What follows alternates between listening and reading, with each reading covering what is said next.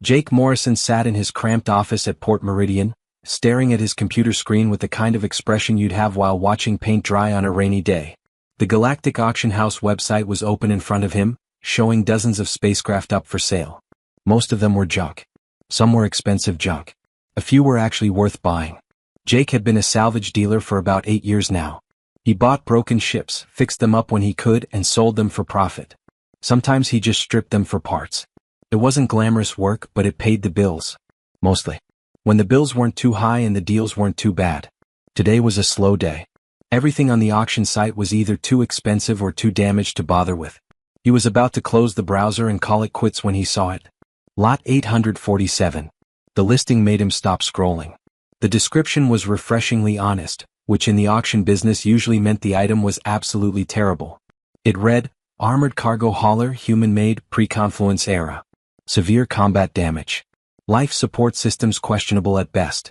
Navigation completely non-functional. Reactor showing signs of instability. Sold as is with absolutely no warranty. Starting bid, 50 credits. Jake leaned back in his chair and rubbed his eyes. He'd seen plenty of wrecks before, but this listing was practically screaming, stay away from me. The attached images didn't help. The ship looked like it had been through a war. Actually, it looked like it had been through several wars and lost all of them. The hull was covered in scorch marks from plasma weapons. There were holes everywhere. Entire sections looked like they'd been melted by something incredibly hot and incredibly angry. One of the cargo pods was just gone, replaced by twisted metal and empty space. The armor plating was a mess of different materials that looked like someone had just welded on whatever they could find. But here's the thing about human ships. Everyone in the galaxy knew they had a reputation. The Kresh were brilliant engineers who built ships with perfect efficiency. The Vothran built elegant vessels that could dance through asteroid fields like ballet dancers. The Krell built massive warships that could blow up moons. Humans? Humans built ships that survived. Not because they were pretty or fast or powerful, but because humans were apparently too stubborn to accept that things should break when they were supposed to. Jake had heard the stories. Human cargo runners who made deliveries through zones that other species wouldn't even fly near. Human exploration vessels that kept running decades past their expected lifespan. Human warships that limped home after battles that should have destroyed them completely. The galaxy had a saying, Kresh ships work perfectly until they don't. Human ships work terribly until forever. He watched the auction timer count down. The starting bid of 50 credits sat there for a full minute with no takers. Not surprising. Who wanted a broken human cargo hauler that was probably radioactive and definitely falling apart? The timer hit the 30-second mark and the auctioneer's holographic projection appeared. It was a Vothran who looked deeply embarrassed to even be associated with this particular lot. Lot 847, going once at 50 credits, the auctioneer said without enthusiasm. Nobody bid. Going twice at 50 credits. Still nothing. The price automatically dropped to 20 credits. Then 10. Jake glanced at his account balance. He had exactly 7 credits in his daily spending account. That was supposed to cover his lunch for the next week. He looked at the ship again. It was absolutely the worst investment imaginable. Any smart person would close the browser and forget this wreck existed. Jake clicked the bid button and entered 7 credits. The auctioneer blinked in surprise. We have a bid. 7 credits from bidder 7731. Going once, going twice, sold.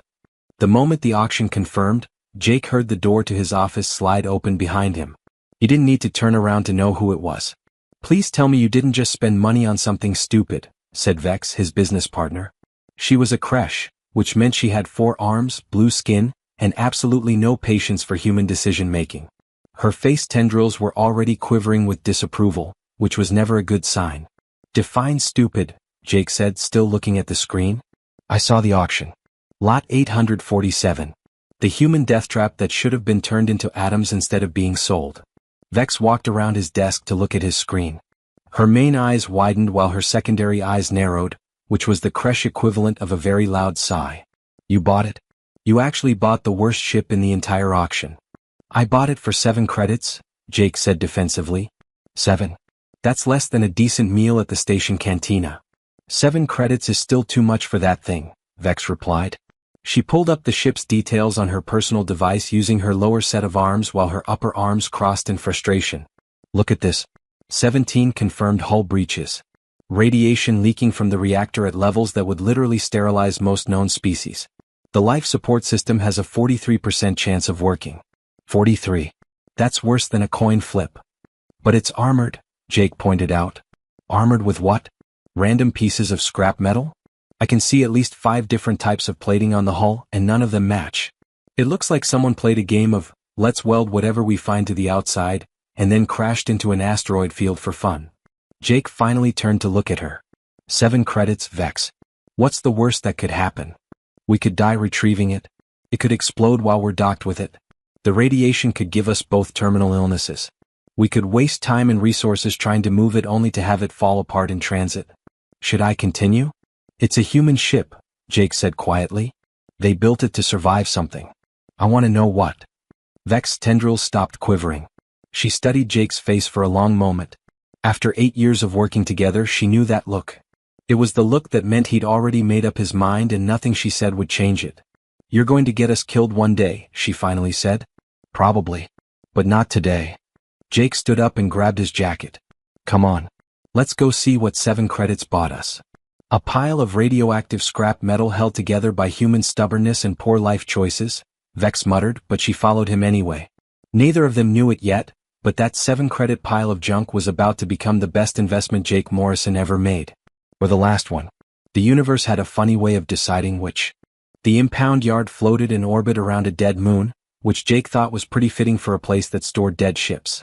The whole facility looked depressing, just hundreds of broken spacecraft hanging in the darkness like forgotten toys nobody wanted anymore. Jake piloted his small shuttle toward the coordinates the auction house had sent him. Vex sat in the co-pilot seat, running scans and making disapproving clicking sounds with her secondary mouth. That was never a good sign. I'm getting the readings now, she said, her upper arms working the scanner controls while her lower arms gripped the armrests. Jake, this is worse than the listing suggested. Much worse. How much worse are we talking? The radiation levels would kill most species in about 40 minutes of exposure. The hull integrity is at 18%. 18. My shuttle has better armor plating than this thing, and my shuttle is designed for cargo transport, not combat. Jake didn't respond. He was too busy staring at what was now, technically, his property. The ship hung in space like a wounded animal that refused to die. It was big, probably designed to carry massive amounts of cargo across dangerous routes. But right now it just looked sad. The hull was covered in blast marks, scorch patterns, and holes. Lots of holes. There, Jake pointed. That's plasma weapon damage. Carthek's military grade unless I'm mistaken. You're not mistaken, Vex confirmed, checking her scans. Multiple impacts. Whatever fight this ship was in, it wasn't a small one. She paused, her tendrils going still. Jake, 1 entire cargo pod is just gone. Not damaged. Gone. Ripped off or blown off or just missing. The closer they got, the worse it looked. The armor plating was indeed a chaotic mess of different materials. Jake could see standard human military plating, some Kresh composite materials, what looked like Vothran energy-resistant coating, and several types he couldn't even identify. Someone had literally welded whatever they could find onto this ship, probably during emergency repairs in the middle of nowhere. It was ugly. Incredibly ugly. But there was something almost beautiful about it too. This ship had been hit by weapons that should have turned it into dust, and it was still here. Broken, leaking, barely holding together, but still here. Approaching the docking port now, Jake said, carefully maneuvering the shuttle. Looks like airlock 3 is the only one still intact. Define intact, Vex muttered. Because my definition and the universe's definition seem to be very different today. The shuttle connected with a clang that echoed through both vessels. Jake checked his suit seals 3 times. Vex checked hers 5 times. They both checked each other's suits twice more. When you're boarding a radioactive wreck floating in space, you don't take chances. The airlock cycled with a grinding sound that suggested it really didn't want to work anymore but was doing it anyway out of spite. The inner door opened, and they stepped into what had once been a functioning spacecraft. Jake's radiation counter immediately started screaming. The readouts on his helmet display turned angry shades of red and orange. We've got maybe 30 minutes before we need to leave, he said. 20 minutes, Vex corrected. I'm not human. My species doesn't handle this kind of radiation as well as yours does. The interior was dark except for emergency lighting strips that ran along the floor and ceiling. They cast everything in a sickly yellow glow that made the whole place look like a scene from a horror movie. Frost covered the walls in places where atmosphere had leaked out and frozen. Debris floated in the zero-gravity sections where the artificial gravity had failed. They made their way carefully through the corridors.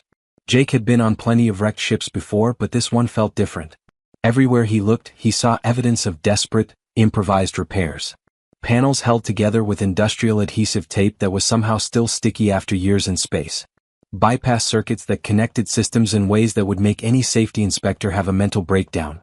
Handwritten labels on controls explaining what they actually did because the original systems were too damaged to display information. Humans are insane, Vex said, examining a power junction that had been rewired with what looked like spare parts from at least 4 different ship types. This shouldn't work. This violates 17 different engineering principles. But does it work? Vex tested the circuit with her scanner. Yes, somehow. I hate everything about this. They finally reached the bridge. The door was stuck halfway open, so they had to squeeze through sideways. The bridge itself was small, designed for a crew of maybe 4 or 5 people. 2 of the command chairs were missing entirely. The others were damaged but still bolted to the floor. The main view screen was cracked down the middle but still flickering with residual power. Control panels were dark, their displays dead. But the captain's console in the center still had a faint glow coming from one small screen. Jake approached it carefully.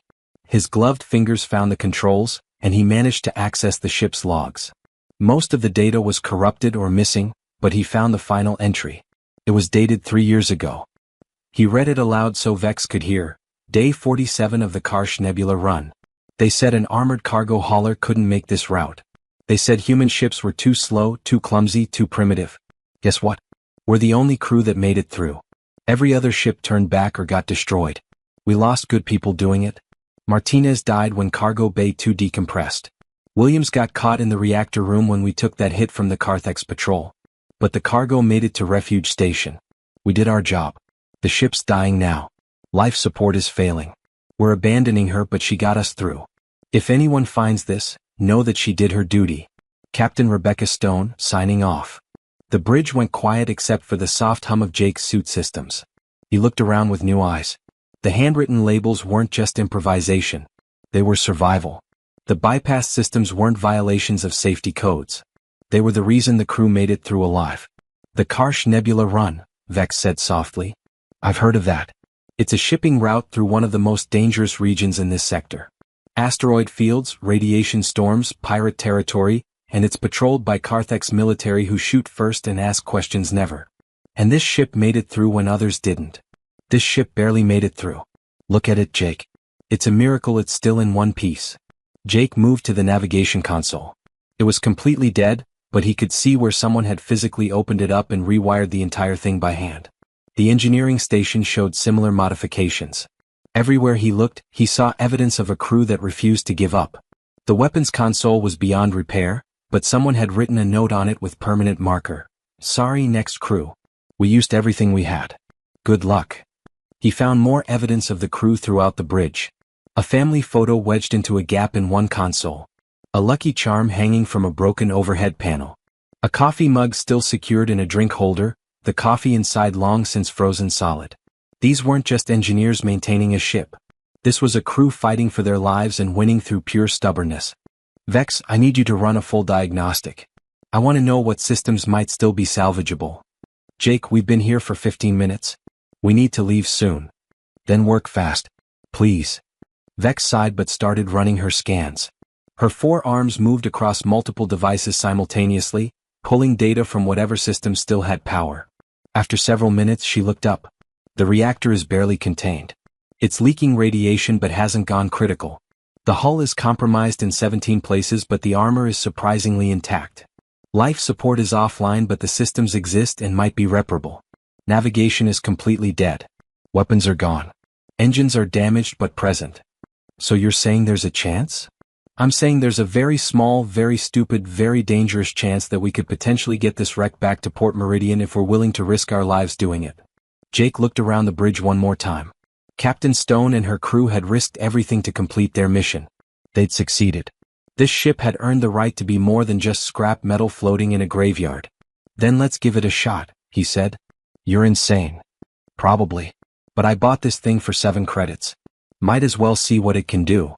Vex made that clicking sound again, but she was already calculating what they'd need for repairs. They headed back to the shuttle, their radiation counters still screaming warnings. Neither of them noticed the small indicator light that flickered to life on one of the bridge consoles as they left. Deep in the ship's damaged computer core, something had heard voices for the first time in 3 years. The ship wasn't quite as dead as everyone thought. 3 weeks had passed since Jake first set foot on the wreck.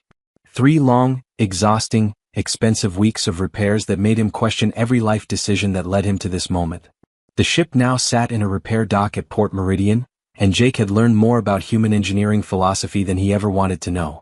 It was like humans had looked at normal engineering rules and said, "That's nice, but what if we just did something completely different?"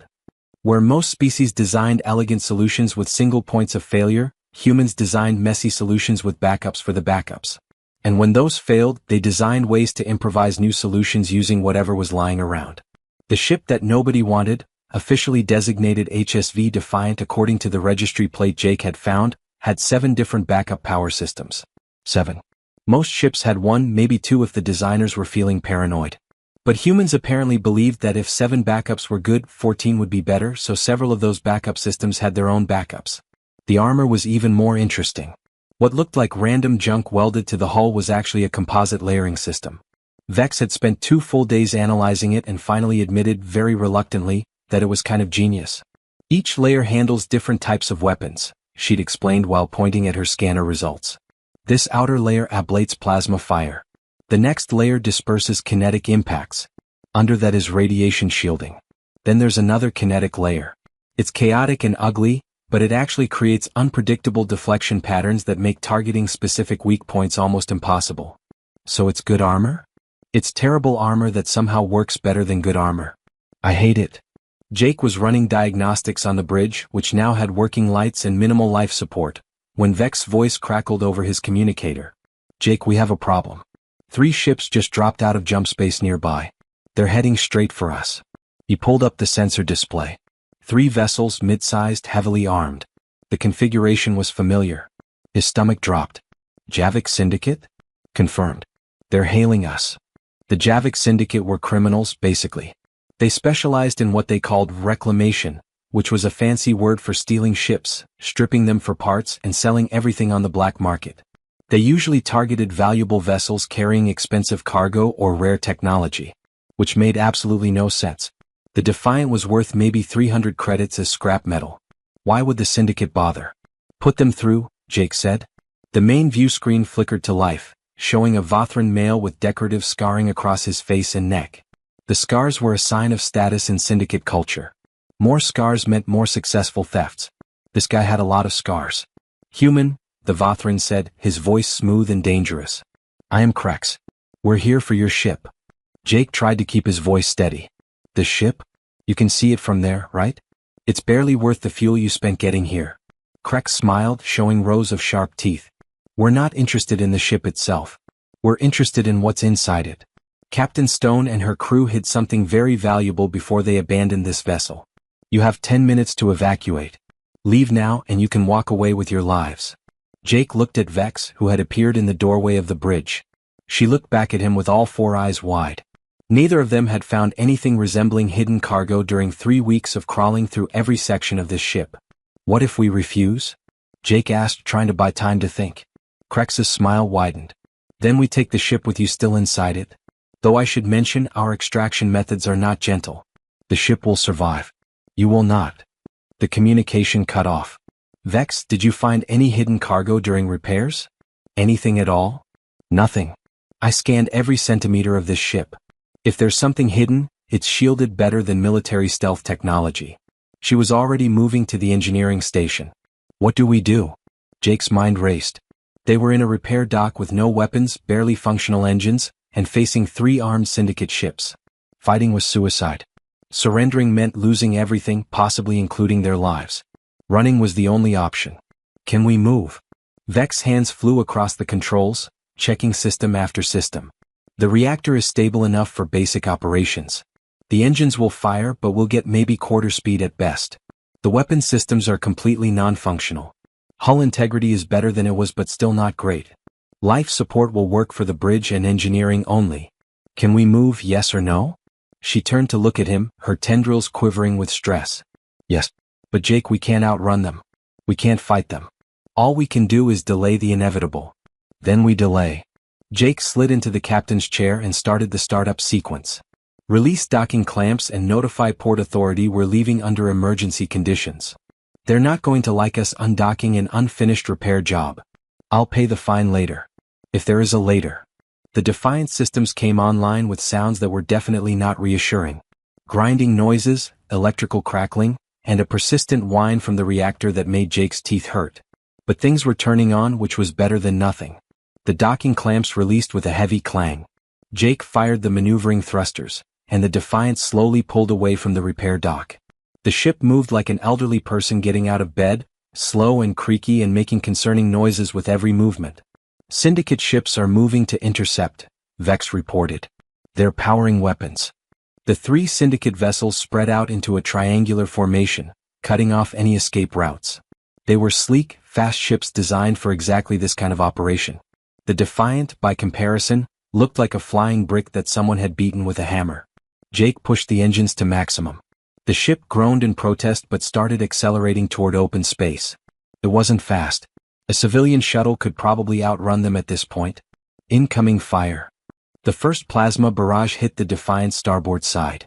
On any normal civilian vessel, the shots would have punched straight through to vital systems. On the Defiant, they hit the outer armor layer and dissipated across the ablative plating underneath, exactly like Vex had explained. The ship barely shuddered from the impact. They're not even scratching us. Vex sounded shocked. Yeah, but we can't scratch them either, Jake replied, wrestling with controls that felt like they'd been designed for someone with completely different anatomy. And we're way too slow to outrun them. More weapons fire splashed against the hull. The Defiant's armor absorbed it all, turning attacks that should have been fatal into light shows of dispersing energy. One particularly damaged cargo pod that was already hanging by a thread broke free and tumbled into space, spinning away into the darkness. Jake watched a significant chunk of his investment literally fall off the ship. The Syndicate ships circled like predators playing with prey. They were probably confused why their weapons weren't working. Most ships would be floating debris by now.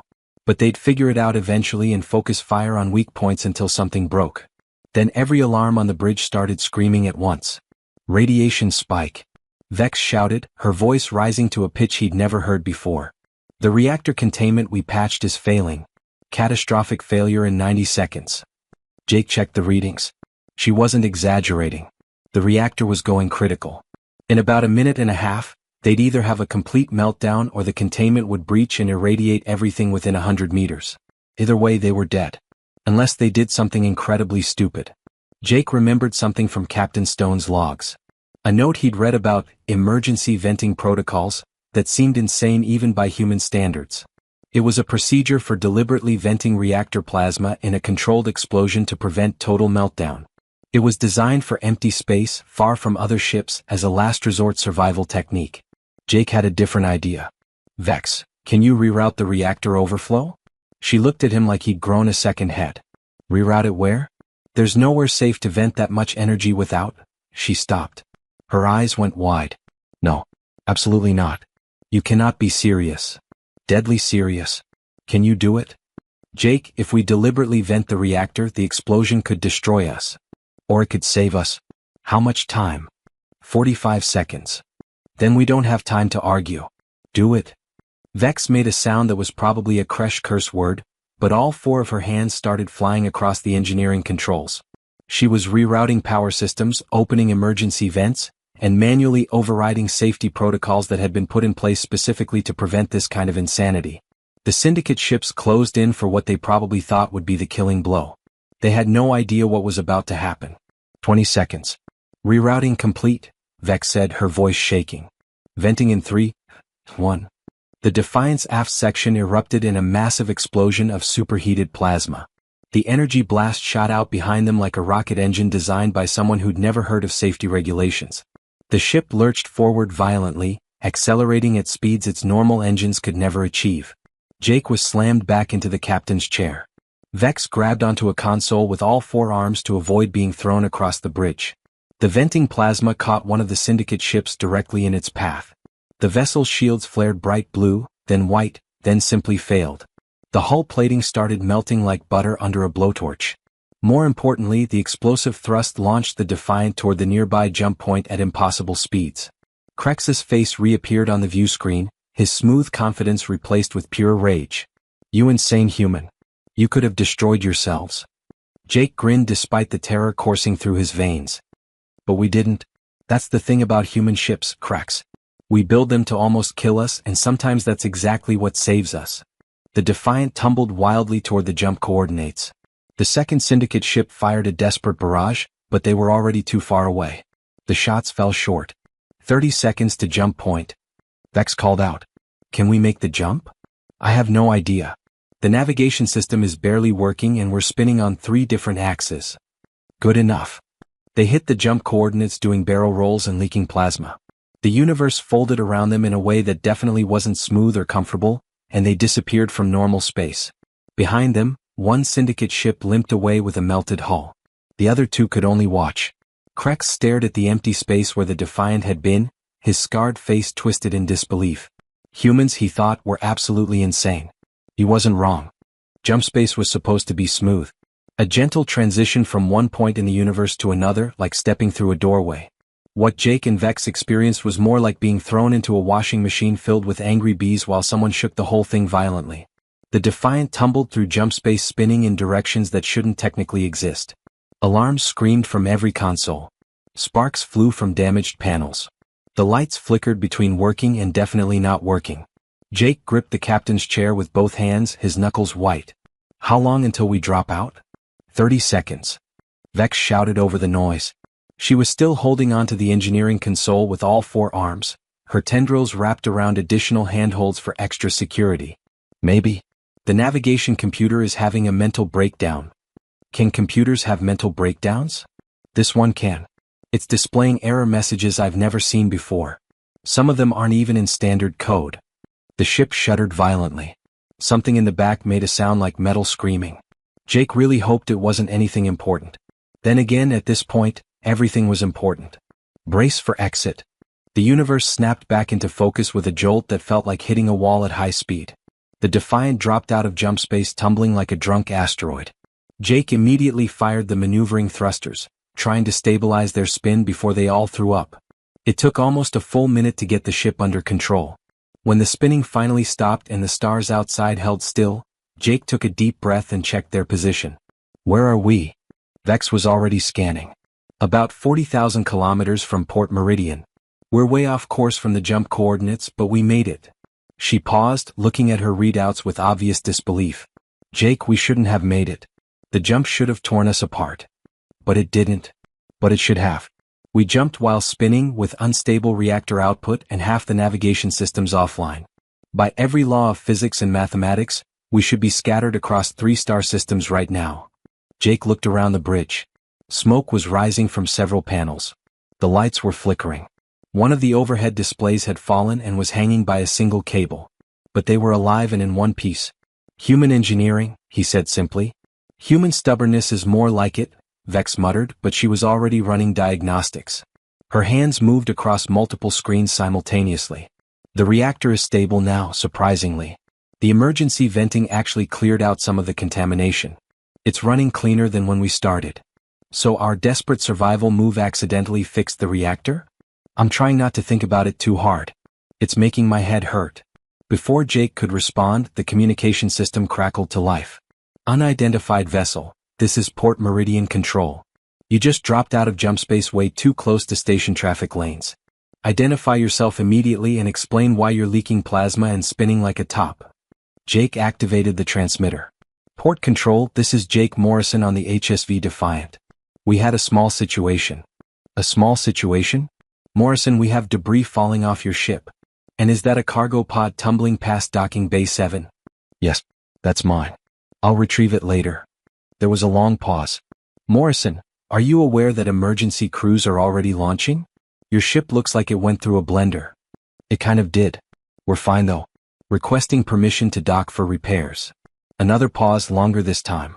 Jake could imagine the control officers staring at their screens, trying to figure out what to put in the incident report. "Permission granted. Bay 12.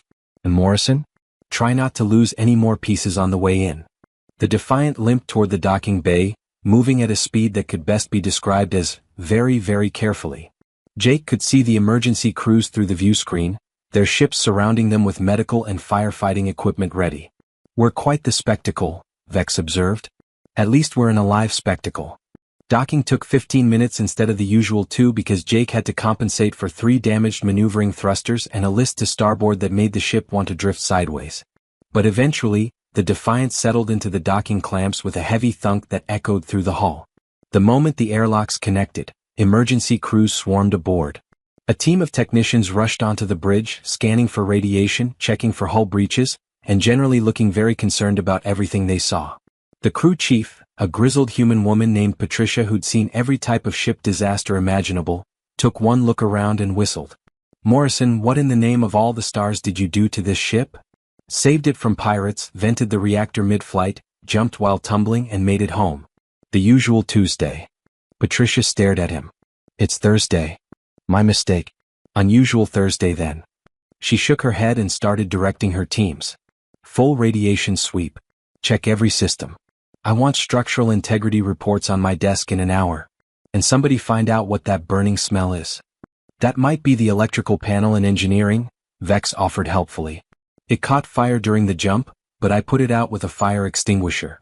"Of course you did." Patricia made notes on her tablet. "You too, medical bay.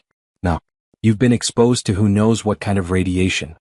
Jake wanted to argue, but Patricia had a look that suggested arguing would be a bad idea. He and Vex went to medical, got scanned, got lectured about radiation exposure, and got cleared with instructions to come back if they started glowing in the dark.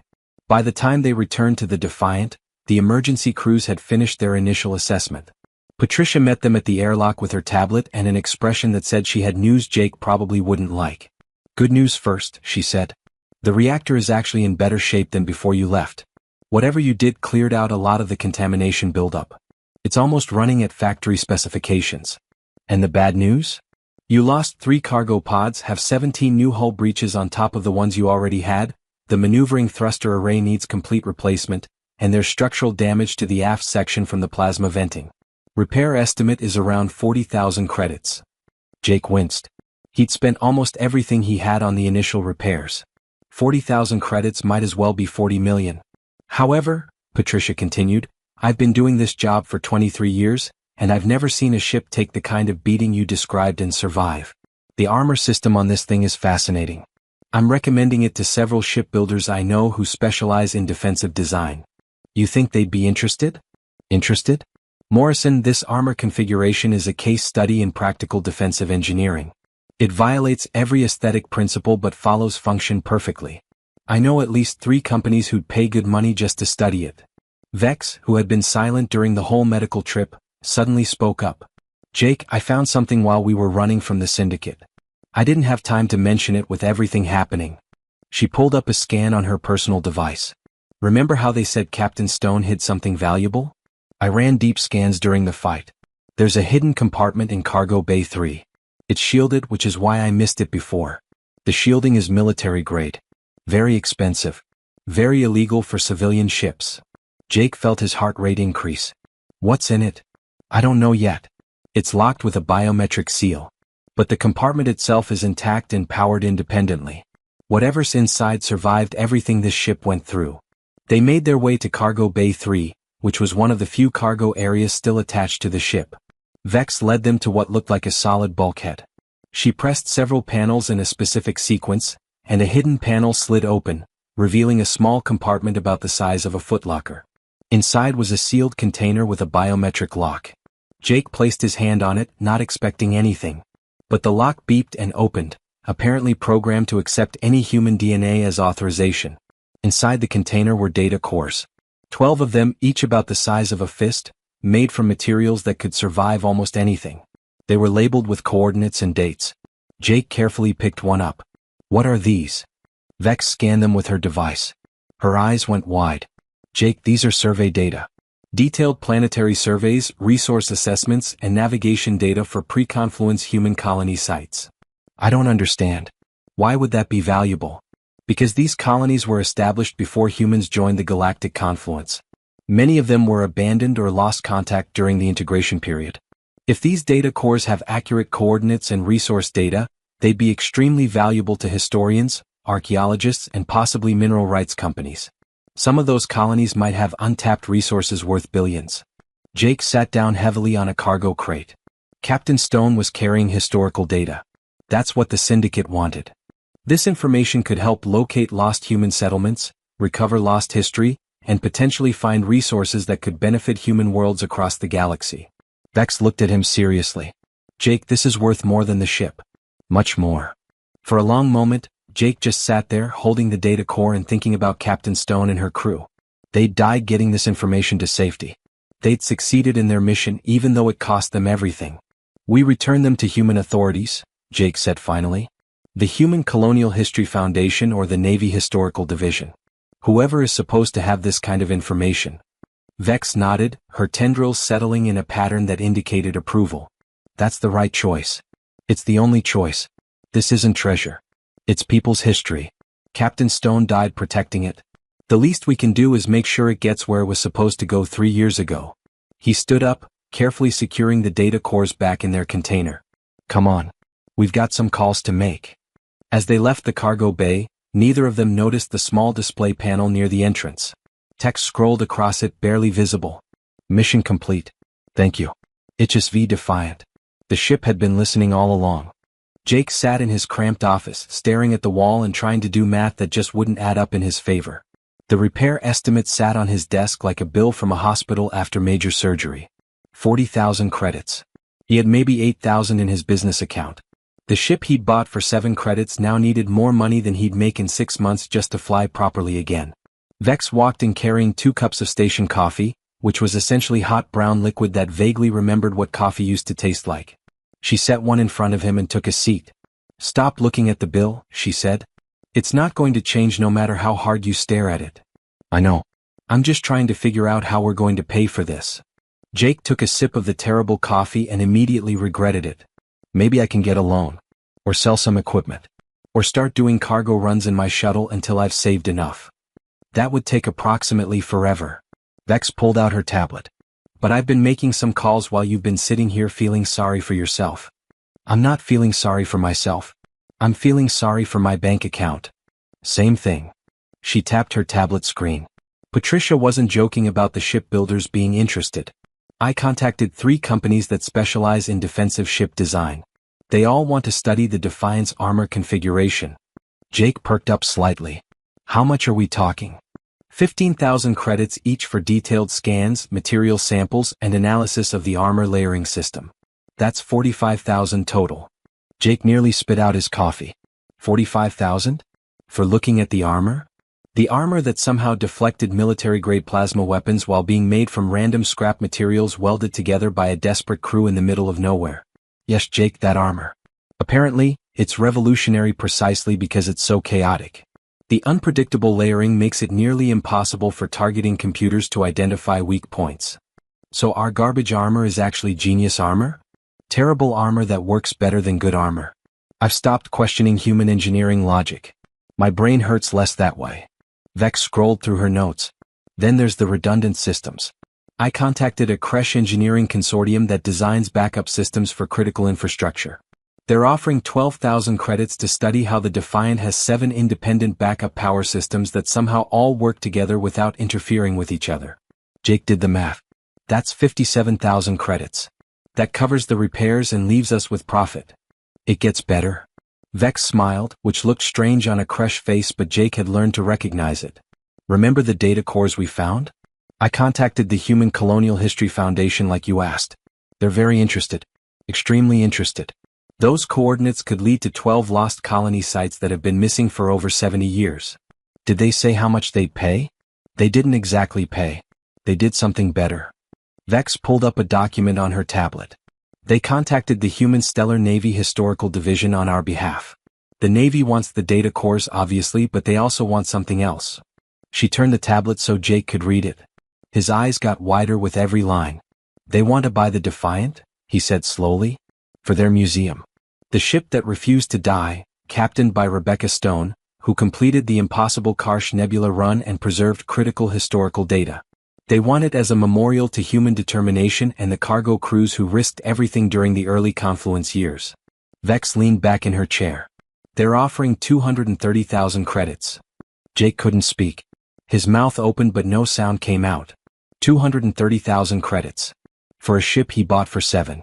There's one condition, Vex continued. They want you to captain it on one final journey to Earth. They'll cover all repairs, all fuel costs, all expenses. They want Captain Stone's ship to come home properly, with a human at the helm. And they're offering an additional 50,000 credits as payment for your time and piloting services. Jake set down his coffee cup very carefully before he dropped it. 280,000 total? Plus the 57 from the research contracts. That's 337,000 credits, Jake. For a ship you bought for 7 credits at an auction nobody else wanted. For a long moment, Jake just sat there in stunned silence. Then he started laughing. Not a small chuckle, but deep, genuine laughter that came from the absurdity of the whole situation. I bought a pile of radioactive junk for 7 credits, he said between laughs. Everyone thought I was insane. You thought I was insane. I kind of thought I was insane. You are insane, Vex said, but she was making the clicking sound that was the Kresh version of laughter. But apparently insanity pays well when it comes to human spacecraft. Jake's communicator buzzed. He checked it and found a message from Patricia with a list of additional interested parties. A military contractor wanted to study the emergency reactor venting system. A shipyard wanted to license the repair techniques they'd documented. A trading company wanted to hire Jake as a consultant on armored cargo design. We're going to need a bigger office, he muttered. Over the next week things moved quickly. The research teams arrived and swarmed over the Defiant like excited scientists at an archaeological dig. They scanned every centimeter of the armor. They analyzed the backup power systems. They studied the improvised repairs that Captain Stone's crew had made. One of the researchers, a young human engineer named Kevin, pulled Jake aside during the analysis. Mr. Morrison, do you understand what you found here? This ship represents a completely different philosophy of engineering. Most species design ships to avoid damage. Humans design ships to survive damage. It's a fundamental difference in thinking. We build things that don't give up, Jake said. Exactly. This ship took hits that would have destroyed vessels 3 times its size. It kept flying because every single system had backups, and those backups had workarounds, and those workarounds had improvised solutions. It's chaos, but it's brilliant chaos. Kevin gestured at the armor plating. We're already incorporating some of these principles into next-generation designs. You've potentially changed how defensive systems are engineered across multiple species. Jake found Vex in the cargo bay, supervising the transfer of the data cores to the Human Colonial History Foundation representatives. They were treating the cores like precious artifacts, which Jake supposed they were. The Foundation says 3 of these colonies are confirmed, Vex told him. The coordinates are accurate. They're already planning expeditions. One of the sites might have rare mineral deposits. Another was a research station that was studying some kind of unique plant life. This data could advance human understanding of pre-confluence exploration by decades. Captain Stone completed her mission after all, Jake said quietly. Just 3 years late. Better late than never. The repairs took another 2 weeks. The Defiant was slowly transformed from a barely functioning wreck into something that could make the journey to Earth safely. Not quickly or elegantly, but safely. The new parts contrasted sharply with the old battle damage, creating a ship that looked like it had a story to tell. Which it did. Finally, departure day arrived. Jake stood on the bridge, which now had working systems and lights that didn't flicker ominously. Vex sat at the engineering station running final checks. All systems green, she reported. Well, mostly green. Some are yellow. One is orange. But nothing's red, so I'm calling it a win. Good enough. Jake activated the communication system. Port Meridian Control, this is HSV Defiant requesting departure clearance for Earth. Clearance granted, Defiant. Safe travels, Morrison. Try to keep all the pieces attached this time. Jake smiled and fired up the engines. They responded smoothly, a sound completely different from the grinding, protesting noises they'd made before. The Defiant pulled away from the dock with something resembling grace. As they cleared the station and prepared for the jump to Earth, Jake looked around the bridge one more time. 3 months ago, this had been a dark, frozen tomb floating in a scrapyard. Now it was a functioning ship about to complete its final mission. You know, Vex said, I've been thinking. If someone had told me 3 months ago that you'd buy a wreck for 7 credits and turn it into the best investment of your career, I would have called them insane. And now I know that humans have a very specific kind of insanity that somehow works out despite all logic and reason. She paused.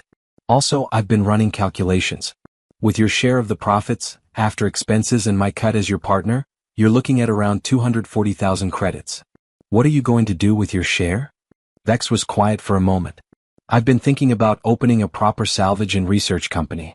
Something that combines recovery operations with engineering analysis.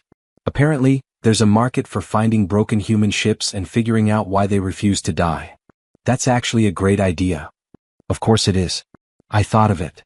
She looked at him with all 4 eyes. And I'm going to need a partner who's crazy enough to see potential in things everyone else has given up on. Jake grinned. I might know someone like that. They jumped to Earth without incident. The journey took 3 days, during which Jake read through Captain Stone's complete logs. He learned about her crew. About the impossible run through the Karsh Nebula. About the decision to hide the data cores and ensure the mission succeeded even if they didn't survive. When Earth finally appeared on the view screen, Jake felt something he hadn't expected. Pride. Not in himself but in the ship. The Defiant had earned this moment. The human Stellar Navy met them in orbit with an honor guard of 6 ships. They escorted the Defiant to the museum facility where it would be permanently displayed. News crews documented the arrival. Historians waited to inspect the ship. And somewhere, Jake hoped, Captain Stone's family knew that her mission was finally complete. The museum director, an elderly man named Thomas who'd served in the Navy during the Confluence integration, met Jake at the airlock. Mr. Morrison, on behalf of humanity, thank you for bringing her home. Jake shook his hand. I just piloted her here. Captain Stone did the hard part. She did. But you saw value where others saw junk. You gave this ship the chance to finish its story. Thomas looked at the scarred, patched, battle-worn hull with obvious affection. Ships like this remind us who we are. We don't build pretty things. We build things that survive. Things that complete the mission no matter what. As Jake left the Defiant for the last time, he paused at the airlock and patted the hull. Thanks for not killing me, he said quietly. And thanks for being worth way more than 7 credits. If ships could respond, Jake was pretty sure the Defiant would have said the same thing back. 3 months later, Jake and Vex opened Morrison Vex Salvage and Engineering Analysis. Their first client wanted them to evaluate another worthless human wreck. Jake looked at the listing and smiled. Some lessons were worth repeating. Human engineering, ugly, excessive, and absolutely worth every credit.